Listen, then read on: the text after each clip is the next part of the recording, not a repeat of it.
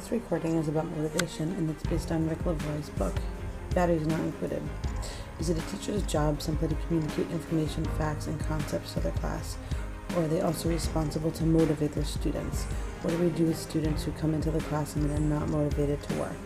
There are many myths that have to do with motivation in the classroom. The first motivation is that nothing motivates a certain student. This cannot be true because all human behavior is motivated. If you have a student with their head on the desk and they're refusing to participate, is it fair to say that the student is unmotivated? No, because the student is motivated to sit in the back of your classroom with their head on the desk. That is what's motivating that student. They may be motivated to avoid failure, prevent their frustration, or even prevent angering the teacher, but all human behavior is motivated.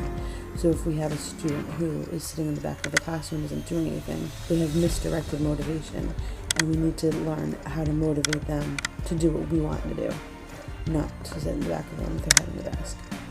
Another myth about motivation is that one day a student may be motivated, the next day that student is not motivated. Motivation is relative. So if you have a student in your classroom who is motivated in math, they're always motivated in math.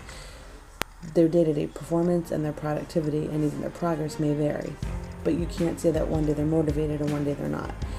And when we have a student who comes in and does well, sometimes teachers use that against the teacher, against the student, and say that they actually, they must be motivated because they did it the day before. So you're holding the fact that they are at times successful against them just because they're not successful one day. And Rick LaVoy, who wrote this book, would say that you can compare motivation in the classroom to a marriage where day to day you might be frustrated with your partner, but if you found out they were suddenly sick or ill, you would remember how much you love that person and how upset you are, because your love is relevant, is constant, even if the day-to-day feelings are not.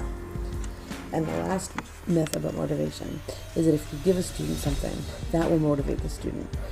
Teachers try to use rewards as incentives, and that may influence their behavior, but it can't really influence motivation because motivation is constant. And the student may try to do well to get a reward, but they're not really being motivated. You're just changing their behavior. And we need to learn to have students be motivated intrinsically. Unlike a sticker chart, which is an extrinsic motivator, we need more intrinsic motivation, where students learn to feel personal satisfaction for a job well done. And in order to do this, they might need encouragement from their teachers, and they need realistic goals, and they need goals which are attainable and appropriate. And when they start to feel the satisfaction that they get from meeting their goals, they will then be motivated to do well in school. And it's not that they're trying to avoid punishment or that they're changing their performance for a sticker.